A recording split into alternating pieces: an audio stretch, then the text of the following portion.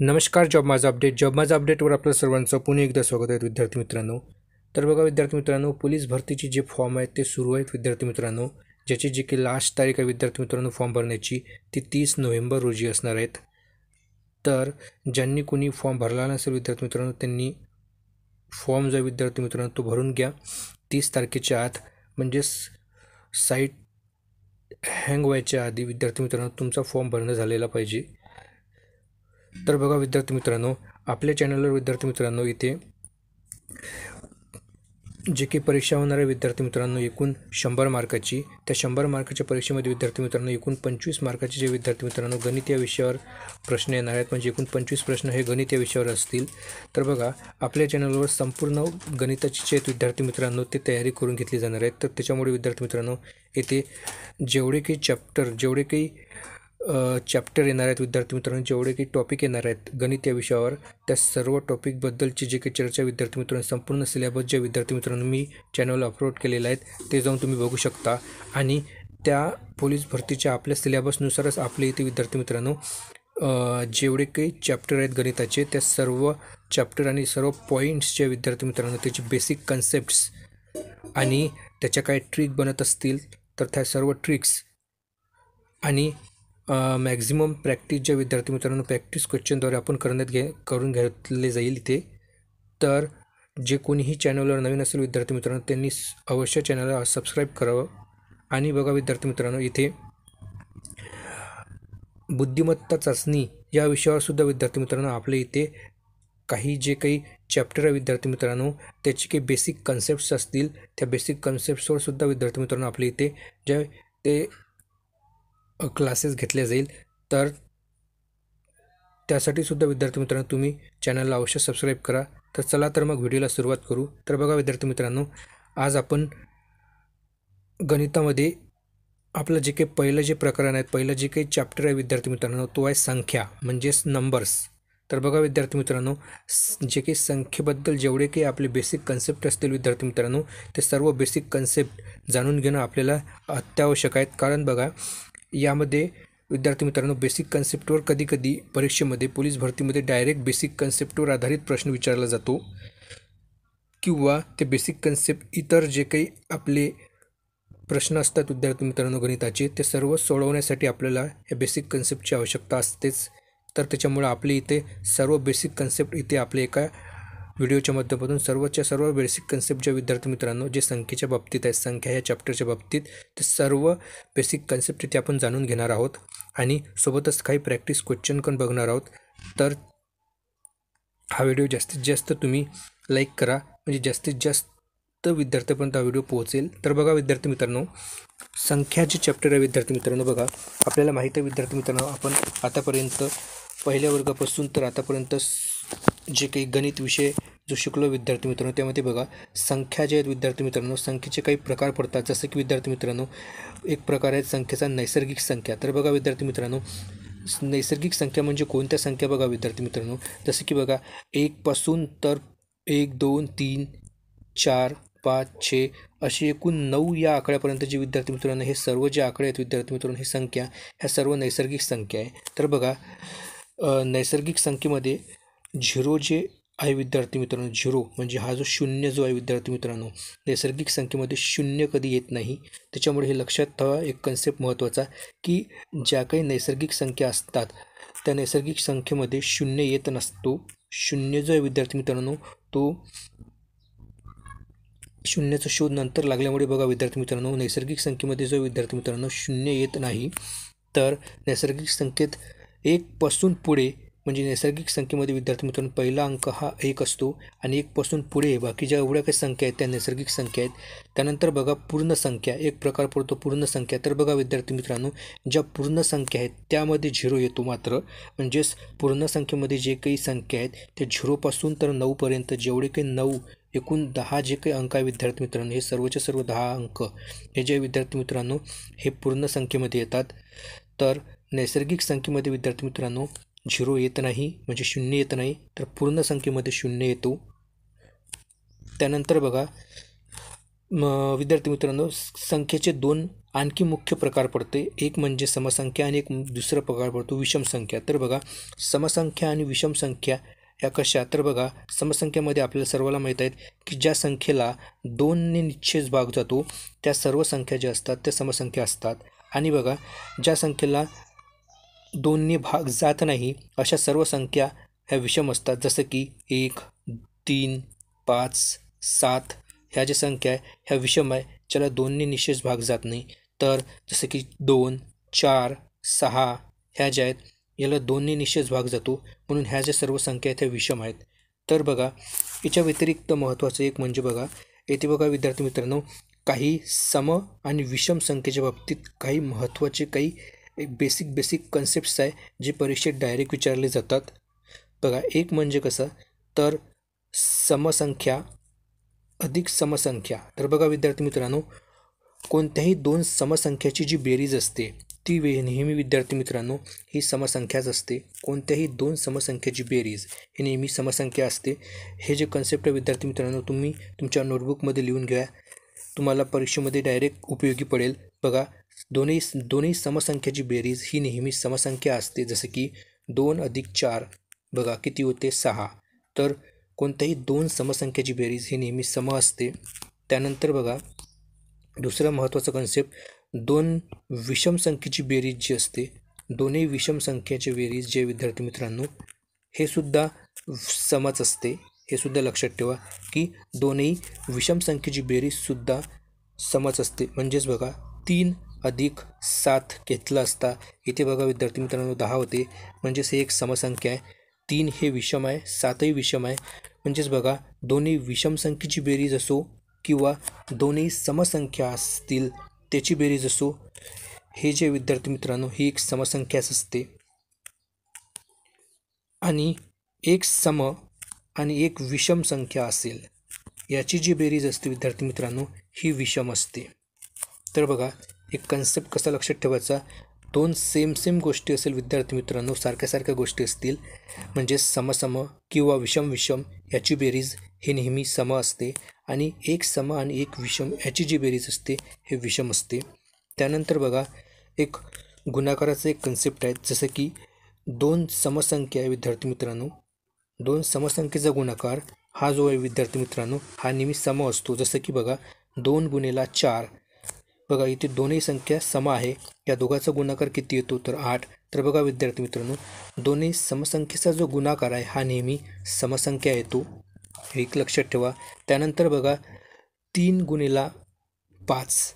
तर बघा विद्यार्थी मित्रांनो, हे 3 हे एक विषम संख्या आहे, 5सुद्धा विषम आहे आणि याचा दोघांचा गुणाकार इथे 15 येतो. तर बघा विद्यार्थी मित्रांनो, दोन्ही विषम संख्येचा जर गुणाकार केला विद्यार्थी मित्रांनो तर ही कोणती संख्या भेटते आपल्याला, विषम संख्या भेटते. तर हा एक कन्सेप्ट लक्षात ठेवा की दोन्ही विषम संख्येचा गुणाकार हा विषम संख्या असते आणि दोन्ही समसंख्येचा गुणाकार हा एक समसंख्या असतो. त्याच्या व्यतिरिक्त बघा, एक 3 गुणिले 4 तर बघा इथे 12. बघा, इथे एक एक विषम संख्या एक समसंख्या, याचा गुणाकार किती आला विद्यार्थी मित्रांनो 12. हे एक विषम समसंख्या आहे. तर बघा, गुणाकारामध्ये एक सम आणि एक दुसरी विषम संख्या असेल तर या दोघांचा गुणाकार हा सम असतो, हे सुद्धा लक्षात ठेवा. तर बघा विद्यार्थी मित्रांनो, आपल्याला एकूण 6 नियम जे आहेत ते लक्षात ठेवायचे आहेत.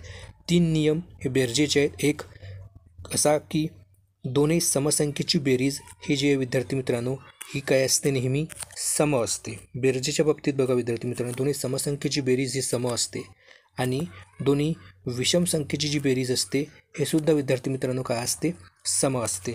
हे एक लक्षात ठेवा की दोन्ही विषम संख्येची बेरीज आणि दोन्ही समसंख्येची बेरीज हे सम असते आणि एक विषम आणि एक सम ह्याची जी बेरीज असते हे विषम असते.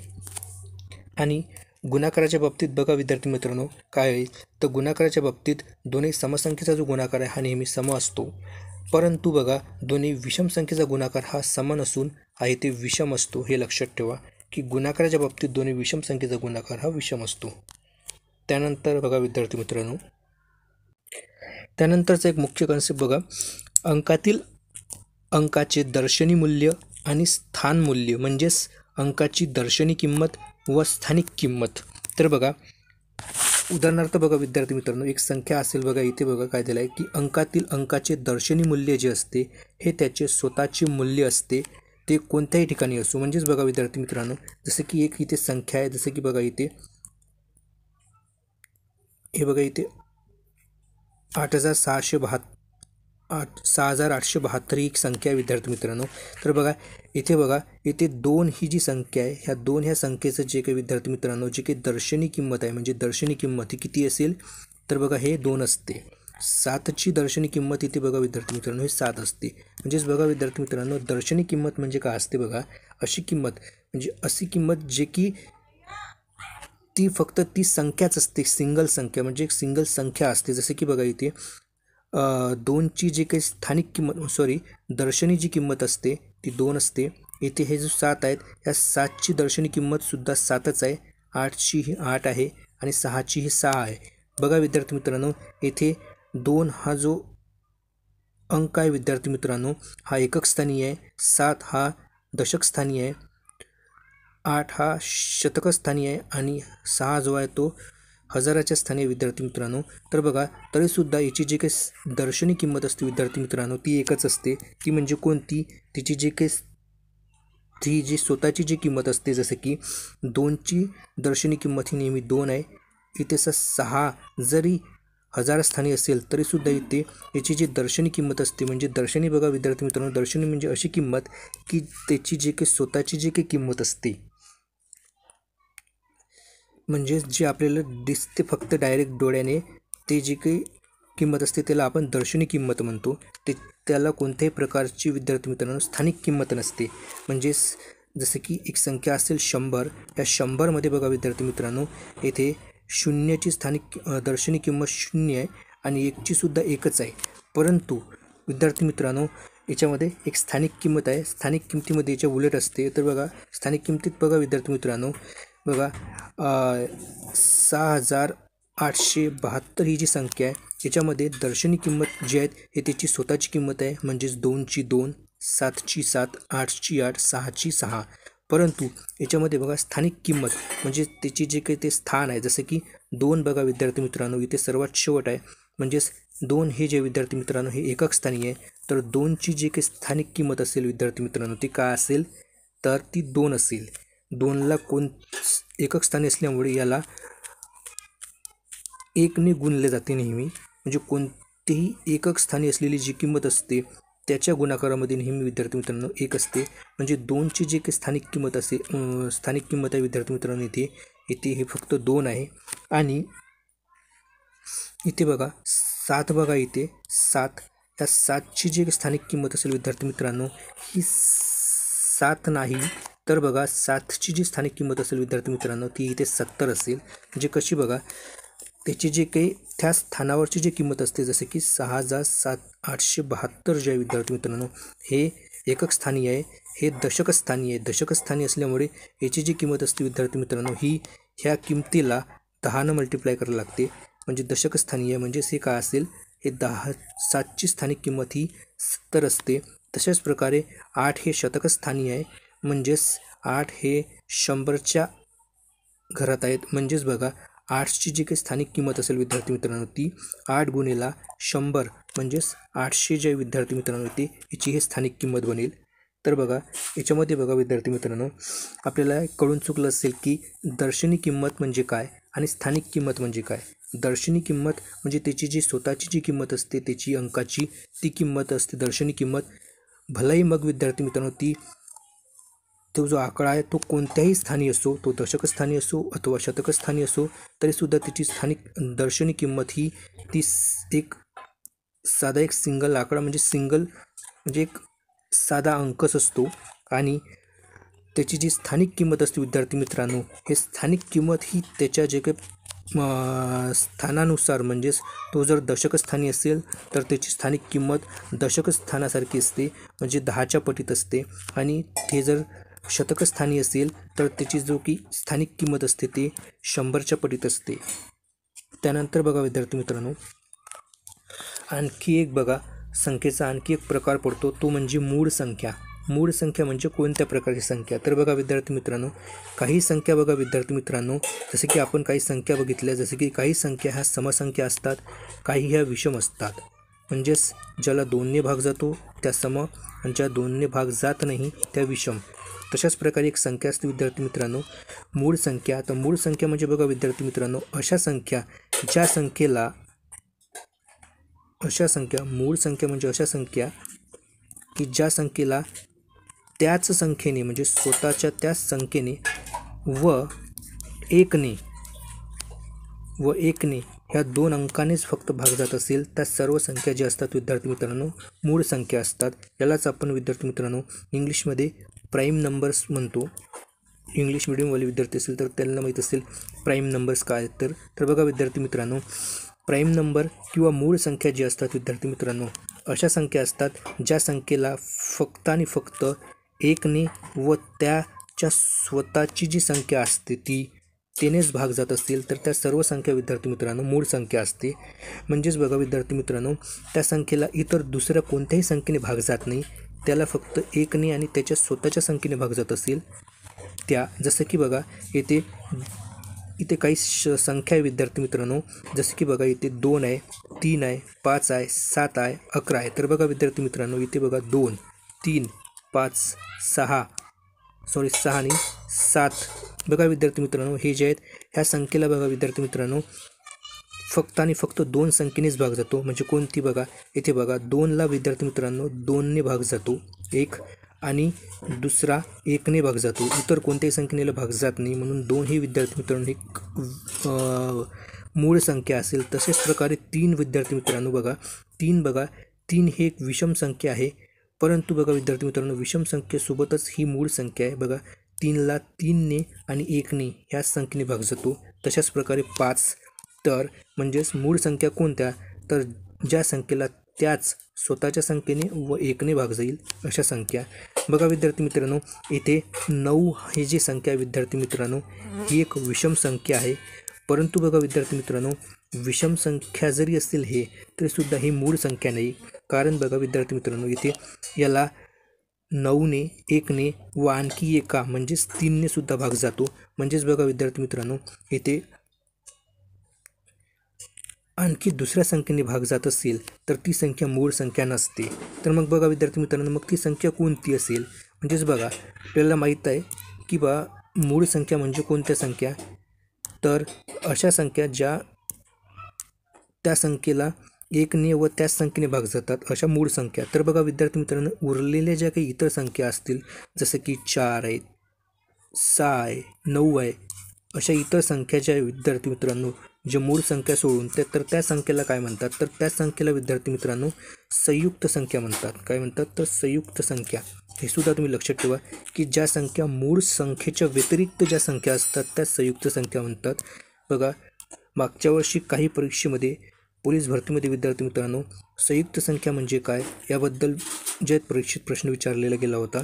तर ते तुम्ही लक्षात ठेवा की ज्या संख्या मूळ संख्येच्या व्यतिरिक्त संख्या असतात त्या सर्व संख्या संयुक्त संख्या असतात. आणि मूळ संख्या म्हणजे अशा संख्या ज्या संख्येला 1ने व त्याच संख्येने भाग जातात. तर बघा विद्यार्थी मित्रांनो, आणखी एक महत्त्वाचा पॉईंट म्हणजे बघा जेवढ्या काही मूळ संख्या विद्यार्थी मित्रांनो त्यामध्ये फक्त 1, 2 हे जे काही संख्या आहे म्हणजे 2 जे काही अंक आहे विद्यार्थी मित्रांनो, हा 2 अंक सोडून बाकी सर्व जे अंक आहे विद्यार्थी मित्रांनो मूळ संख्येमध्ये हे विषम अंक आहेत. फक्त आणि फक्त एकच अशी मूळ संख्या आहे जी की एक समसंख्या आहे. हे एक महत्त्वाचं कन्सेप्ट तुम्ही लक्षात ठेवा. त्यानंतर बघा इथे काही आपण प्रश्न आहे विद्यार्थी मित्रांनो मूळ संख्येच्या बाबतीत. तर बघा विद्यार्थी मित्रांनो, मूळ संख्या कोणती, बघा इथे खालीलपैकी कोणती संख्या ही मूळ संख्या आहे. तर बघा विद्यार्थी मित्रांनो, आपल्याला माहिती आहे की ज्या संख्येला 1ने आणि त्याच संख्येने भाग जातो त्या संख्या मूळ असतात. तर बघा आपल्याला इथे कोणती संख्या मूळ आहे याबद्दल आपल्याला इथे काय तर चेक करायचं. बघा विद्यार्थी मित्रांनो, आता आपल्याला इथं बघू विद्यार्थी मित्रांनो, बघा आपल्याला इथे परीक्षेत विचारलं जातं की खालीलपैकी कोणती संख्या ही मूळ संख्या आहे. तर बघा मूळ संख्या ओळखण्यासाठी काही विद्यार्थी मित्रांनो एक पद्धत आहे की त्या पद्धतीनुसारच आपण मूळ संख्या कोणती हे आपण शोधू शकतो. तर बघा विद्यार्थी मित्रांनो, ते येतं आपण आता डिस्कस करू. तर बघा येथे सर्वप्रथम बघा विद्यार्थी मित्रांनो 137 ही संख्या आपली मूळ संख्या आहे किंवा नाही हे कशी चेक करायची बघा विद्यार्थी मित्रांनो. तर सर्वप्रथम काय करायचं की ही जी संख्या आहे विद्यार्थी मित्रांनो 137 ह्या संख्येच्या सर्वात जवळचा जो काही वर्ग आहे विद्यार्थी मित्रांनो म्हणजे तो वर्ग म्हणजे जो काही त्याचा जो काही स्क्वेअर असते एखाद्या संख्येचा तो सर्वात जवळचा स्क्वेअर की सर्वात जवळचा वर्ग आपण इथं शोधायचा सर्वप्रथम ह्या संख्येच्या सर्वात जवळचा. तर बघा विद्यार्थी मित्रांनो इथे बघा 12चा वर्ग 144 जे विद्यार्थी मित्रांनो सर्वात जवळचा आहे बघा कसा. तर 137 आणि 44मध्ये 7चा फरक आहे. आणि जर आपण बघा विद्यार्थी मित्रांनो जर 11चा घेतो म्हटलं तर 121 होतो. परंतु बघा इथे याच्यामध्ये फरक जो विद्यार्थी मित्रांनो दोन संख्येमध्ये खूप जास्त होतो. म्हणून सर्वात जवळचा जो काही वर्ग असते त्या संख्येच्या तो वर्ग जो आहे विद्यार्थी मित्रांनो तो त्या वर्गाचं जे काही वर्गमूळ असते ते वर्गमूळ विद्यार्थी मित्रांनो आपल्याला काय करायचं आहे ते घ्यायचं आहे. बघा 137च्या सर्वात जवळचा जो काही वर्ग आहे तो किती आहे 144 आहे. 144 हा वर्ग कशाचा आहे विद्यार्थी मित्रांनो 12चा आहे. तर बघा विद्यार्थी मित्रांनो आपल्याला इथे ही जी 12 संख्या आहे ही 12 संख्या आपल्याला पकडायची आहेत कन्सिडर करायची आहेत बघा. तर सर्वात जवळचा जो काही वर्ग आहे विद्यार्थी मित्रांनो तो 12चा वर्ग आहे 144 या 137च्या. आता कसं बघा विद्यार्थी मित्रांनो ह्या 12चे विद्यार्थी मित्रांनो काय करायचे की याचे काही फॅक्टर म्हणजे जे काही विद्यार्थी मित्रांनो आपण काय म्हणू शकतो या 12चे काही अवयव पाळायचे आहेत. म्हणजेच बघा 12चे अवयव म्हणजेच 12चे जे काही फॅक्टर असते बघा फॅक्टर म्हणजे काय बघा या 12ला ज्या संख्येने भाग जातो ते सर्व संख्या विद्यार्थी मित्रांनो काय असते तर 12चे काय विद्यार्थी मित्रांनो ते फॅक्टर असते. तर 12चे फॅक्टर कसे काढायचे बघा विद्यार्थी मित्रांनो 12ला बघा विद्यार्थी मित्रांनो एक सोडून बघा विद्यार्थी मित्रांनो एक सोडून जे एक हा जो काही अंक आहे विद्यार्थी मित्रांनो हे सोडून इतर जे काही अवयव पडतात विद्यार्थी मित्रांनो 12ला भाग जाणारे ते सर्व अवयव इथं घ्यायचे एक सोडून. बघा 12ला विद्यार्थी मित्रांनो सर्वात लहान संख्या 2ने भाग जातो. त्याच्या व्यतिरिक्त 12ला 3ने भाग जातो. त्याच्या व्यतिरिक्त बघा 4ने भाग जातो. त्यानंतर बघा एक 6 आहे 6ने आणि एक स्वतः 12ने. तर बघा विद्यार्थी मित्रांनो इतक्या ज्या संख्या विद्यार्थी मित्रांनो हे 12ला भाग जाणारे ह्या काय तर संख्या आहे म्हणजे हेच विद्यार्थी मित्रांनो 12चे अवयव आहेत. तर काय करायचं बघा विद्यार्थी मित्रांनो हे जे की 12चे अवयव आहे ह्या सर्व 12च्या अवयवानं विद्यार्थी मित्रांनो ही जी 137 ही संख्या विद्यार्थी मित्रांनो या संख्येला भाग जायचं. जर बघा विद्यार्थी मित्रांनो ह्या 137ला यापैकी कोणत्याही एका संख्येने जरी भाग जात असेल तर तेव्हा विद्यार्थी मित्रांनो ही जी संख्या असेल ही संख्या मूळ संख्या नसणार.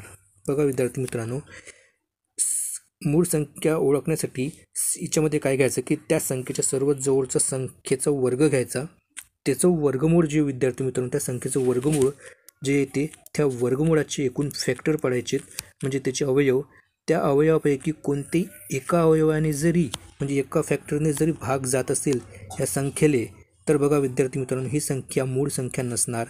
मूळ संख्या कशी तर ती संख्या स्वतः आणि 1 ह्या संख्येनेच भाग जात असेल अशा संख्येलाच आपण मूळ संख्या म्हणतो. जर या फॅक्टरपैकी कोणत्याही दुसऱ्या अवयवाने जर भाग झाला विद्यार्थी मित्रांनो तर मग ती संख्या मूळ संख्या होणार नाही. तर ती कोणती होईल मग संयुक्त होईल. तर बघा आपण सर्वप्रथम काय करू ह्या 137ला 2, 3, 4, 6 आणि 12 यापैकी कोणत्याही संख्येने भाग देऊ. बघा विद्यार्थी मित्रांनो 137 या संख्येला जे काही समसंख्या असते त्या समसंख्येनं कधीच भाग जाणार नाही. बघा विद्यार्थी मित्रांनो म्हणजेच बघा उरलं कोणतं त्या फॅक्टरपैकी 3. तर बघा विद्यार्थी मित्रांनो 3ने मग बघा इथे आपण भाग देऊन पाहायचं जसं की 3ने आपण इथं भाग दिला असता सर्वप्रथम 3ने 12चा भाग 12ले 4चा भाग जाईल. त्यानंतर इथे हातचा 1 उरेल पुन्हा मग इथे 7 घेतले की विद्यार्थी मित्रांनो 17 होईल. याला पुन्हा 3ने भाग दिला असता इथे बघा विद्यार्थी मित्रांनो पूर्ण भाग जात नाही 2 ही संख्या उरते. म्हणजेच बघा विद्यार्थी मित्रांनो ह्या संख्येला 12चे जेवढे काही फॅक्टर आहेत त्यापैकी कोणत्याच फॅक्टरने भाग जात नाही आहे. म्हणजे बघा ज्या संख्येला भाग जात नसेल ती संख्याच विद्यार्थी मित्रांनो जी असते ते मूळ संख्या असते. म्हणजेच इथे 137 ही जी संख्या विद्यार्थी मित्रांनो ही मूळ संख्या आहे. तर बघा मूळ संख्या कशी कळायची तर बघा विद्यार्थी मित्रांनो सर्वप्रथम त्या संख्येच्या जवळचा जो काही वर्ग आहे तो वर्ग घ्यायचा त्या वर्गाचं मग वर्गमूळ घ्यायचं त्या वर्गमूळाचे मग काही विद्यार्थी मित्रांनो काही फॅक्टर पडायचे. त्या फॅक्टर किंवा त्या अवयवापैकी कोणत्याही एका फॅक्टरने जर विद्यार्थी मित्रांनो भाग जात असेल त्या संख्येला तर ती संख्या मूळ संख्या नसणार आणि त्यापैकी जर कोणत्याही संख्येने त्याला भाग जात नसेल तर तेव्हा मात्र ती संख्या मूळ संख्या असेल. तर बघा विद्यार्थी मित्रांनो अशाच प्रकारे इतर ज्या काही संख्या आहे त्याचे तुम्ही मूळ संख्या आहे किंवा नाही हे ठरवण्याचा प्रयत्न करा. हे तुम्हाला विद्यार्थी मित्रांनो खालील 4 जे प्रश्न आहे विद्यार्थी मित्रांनो हे तुम्हाला होमवर्क असेल. तर बघा विद्यार्थी मित्रांनो, आज आपण एवढंच बघूयात. अधिक माहितीसाठी विद्यार्थी मित्रांनो चॅनलला तुम्ही अवश्य सबस्क्राईब करा. धन्यवाद.